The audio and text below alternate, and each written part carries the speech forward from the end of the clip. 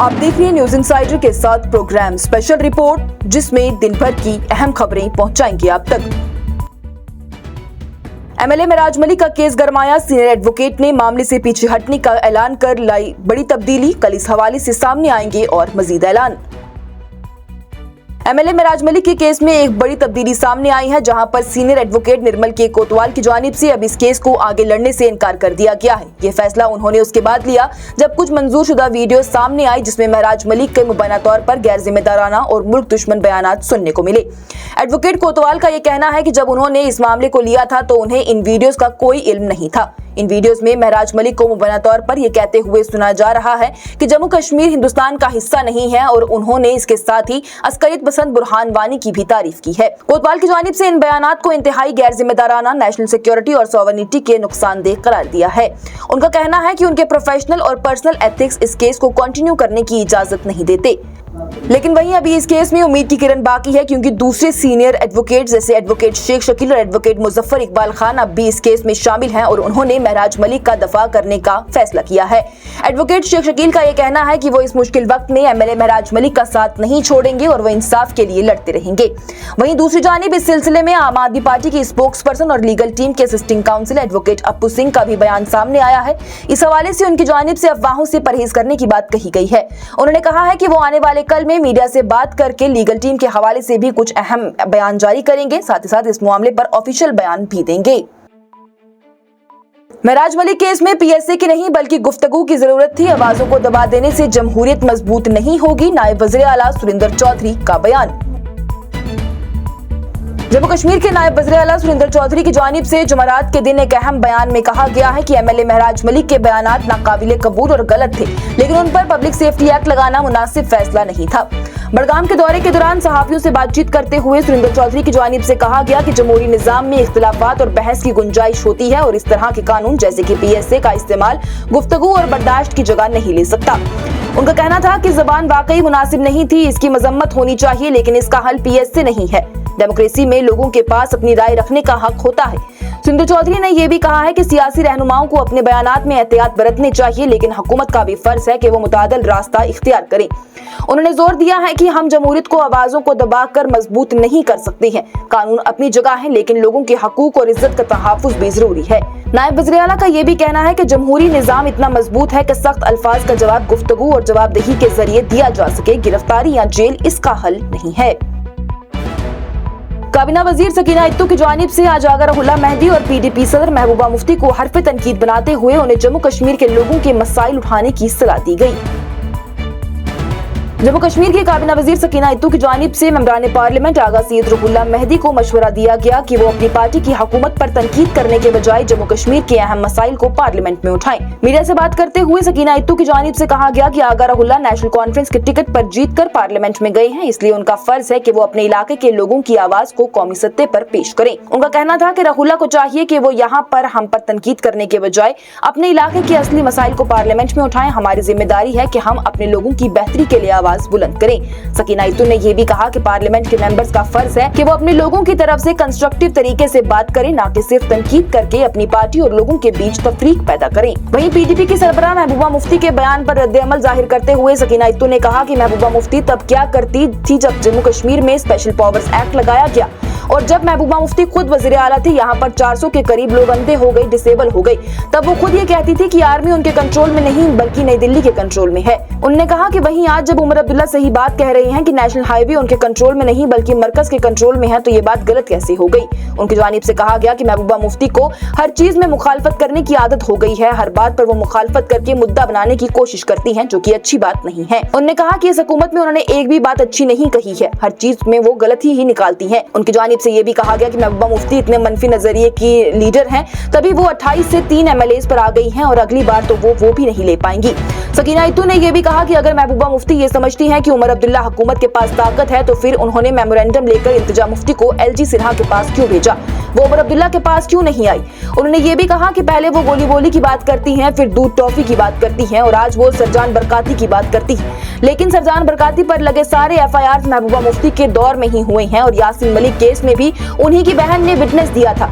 उन्होंने मजीद कहा कि महबूबा मुफ्ती नहीं जानती हैं कि उन्हें आखिर कहना क्या होता है, वो अपनी ही बातों को दोबारा से काट देती हैं। कांग्रेस रहनुमा राहुल गांधी का वोट चोरी के हवाले से एक बार फिर इलेक्शन कमीशन पर सख्त इल्जाम। बोले हजारों की तादाद में वोटरों को डिलीट कर दिया गया है और हर इल्जाम का 100% सबूत मेरे पास है। कांग्रेस के सीनियर रहनुमा और लोकसभा में कायद हस्बे इख्तिलाफ राहुल गांधी की जानिब से chief election commissioner Gyanesh Kumar पर सख्त इल्जाम आयद किए गए हैं कि वो वोट चोरी करने वालों और उन लोगों को बचाते हैं जो कि हिंदुस्तान की जमहूरियत को तबाह कर रही हैं। उन्होंने कर्नाटक के एक असेंबली कॉन्स्टिट्यूएंसी का डेटा देकर कहा कि कांग्रेस के सपोर्टर्स के वोट्स इलेक्शन से पहले ही सिस्टमैटिक तौर पर डिलीट किए जा रहे हैं। राहुल गांधी ने प्रेस कॉन्फ्रेंस में कहा कि इलेक्शन कमीशन को ये काम रोकना चाहिए और कर्नाटक सीआईडी की तरफ से वोटर डिलीशन की तहकीकात के लिए मांगी गई मालूमात एक हफ्ते के अंदर देनी चाहिए। उन्होंने कहा कि ये उनकी तरफ से एक अहम रिवीलेशन है जो कि देश के नौजवानों को दिखाता है कि इलेक्शन कैसे रिग किए जा रहे हैं। लेकिन उन्होंने ये भी वाजे किया है कि अभी तक उनके वादे की हाइड्रोजन बॉम्ब जैसी बड़ी खबर नहीं है, वो अभी आना बाकी है। राहुल गांधी ने कर्नाटक के आलंद कॉन्स्टिट्यूएंसी की मिसाल दी है जहां साल 2023 में लगभग 6018 वोट डिलीट करने की कोशिश हुई जो कि एक चांद से पकड़े गए। उन्होंने ये भी बताया कि महाराष्ट्र के राजूरा में भी फ्रॉडुलेंट तौर पर वोट ऐड किए गए ऑटोमेटेड सॉफ्टवेयर के जरिए। राहुल गांधी ने कहा कि मैं अहम इल्जाम लगा रहा हूं कि चीफ इलेक्शन कमिश्नर वोट चोरों को बचाते हैं जो कि हमारी जमहूरियत को तबाह कर रही हैं। उन्होंने ये भी कहा कि पूरे देश में लाखों वोटरों के वोट सिस्टमैटिकली डिलीट किए जा रहे हैं।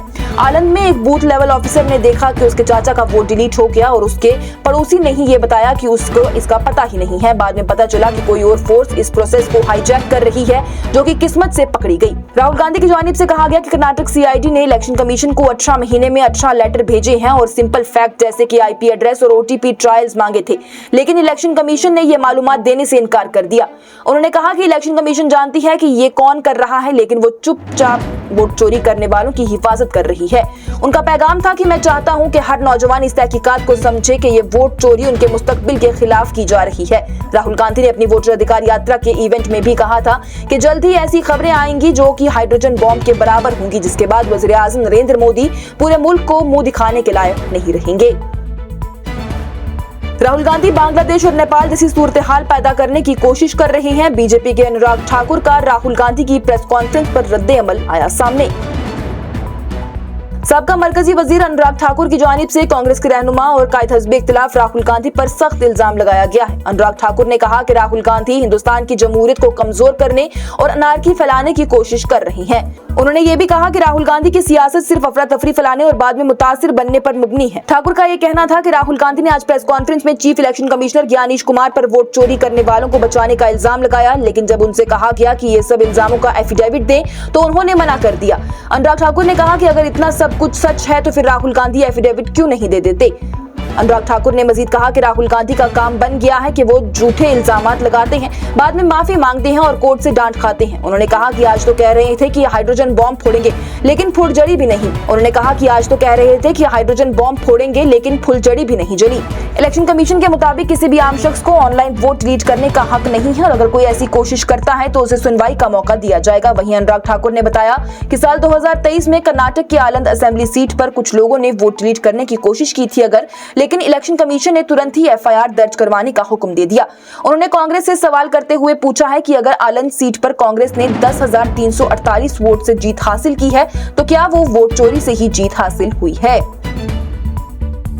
सेब तबाह होने के लिए उमर अब्दुल्ला हुकूमत को कायद हस्बे इख्तिलाफ सुनील शर्मा ने ठहराया जिम्मेदार। बोले हुकूमत की नाअहली है। एलजी सिन्हा ने कार्गो ट्रेन दी, चुनी हुई हुकूमत ने सिर्फ सफर किया। जम्मू कश्मीर असेंबली के लीडर ऑफ अपोजिशन और senior BJP leader Sunil Sharma की जानिब से हुकूमत पर सख्त तनकीद की गई है। उनका कहना है कि जम्मू श्रीनगर कौमी शाहरा के बार बार बंद होने की वजह से फ्रूट ग्रोवर खासतौर पर सेब के काश्तकार बहुत मुश्किलात का सामना कर रहे हैं और उन्हें भारी नुकसान हो रहा है। सुनील शर्मा ने कहा कि कश्मीर की सेब इंडस्ट्री इकोनॉमी का एक अहम हिस्सा है, लेकिन ट्रांसपोर्ट बंद होने की वजह से ये इंडस्ट्री तबाह हो रही है। उन्होंने कहा कि जम्मू कश्मीर की इलेक्टेड गवर्नमेंट ने अब तक कोई भी प्रैक्टिकल हल नहीं निकाला। उनका कहना था कि अगर आज फ्रूट ग्रोवर्स परेशान हैं, तो उसकी जिम्मेदारी यहाँ की नाअहली और गैर जिम्मेदार हुकूमत की है। ये लोग सिर्फ कुर्सियों पर बैठे हैं लेकिन काम कुछ भी नहीं कर रहे। सुनील शर्मा ने यह भी कहा कि लेफ्टिनेंट गवर्नर ने फ्रूट के लिए कार्गो ट्रेन का इंतजाम किया, लेकिन वज़ीर आला उमर अब्दुल्ला ने कोई ऐसा कदम नहीं उठाया।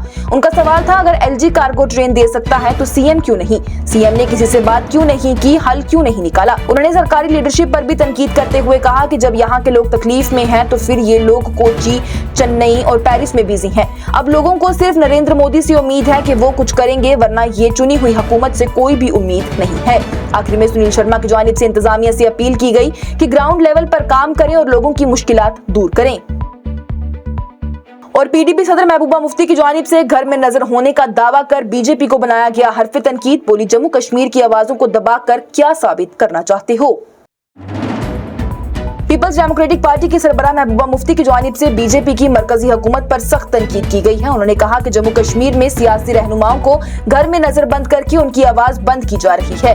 महबूबा मुफ्ती की जानिब से एक्स पर लिखा गया कि उन्हें और दूसरे सियासी रहनुमाओं को सोपोर जाने से इसलिए रोका गया ताकि वो प्रोफेसर अब्दुल गनी भट्ट के इंतकाल पर ताज़ियत न कर सके। उन्होंने कहा कि यह फैसला जम्मू कश्मीर की नाइंसाफी और गैर जमहूरी सूरत हाल को साफ जाहिर करता है। उनका कहना था कि सिर्फ ताज़ियत के लिए सोपोर जाने से रोका, ये दिखाता है कि कश्मीर में जमहूरियत सिर्फ नाम की रह गई है।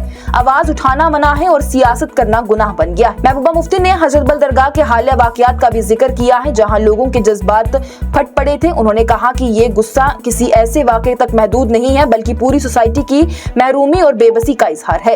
उन्होंने कहा कि हजरत बल में जो वाकया हुआ वो सिर्फ एक हादसा नहीं था, ये लोगों का एक साफ पैगाम था कि अब बर्दाश्त की हद पार हो चुकी है। बीजेपी इस सच को जान ले और जानबूझकर नजरअंदाज कर रही है। महबूबा मुफ्ती ने इल्जाम लगाया है कि बीजेपी कश्मीर में ना सुलह चाहती है ना अमन चाहती है, बल्कि उनका कहना था कि बीजेपी जानबूझकर यहाँ हालात खराब कर रही है, इस दर्द को पॉलिटिकल फायदे के लिए इस्तेमाल कर रही है। आज की स्पेशल रिपोर्ट में इतना ही। दीजिए इजाजत। लेटेस्ट अपडेट्स के लिए देखते रहिए न्यूज़ इनसाइडर 24/7।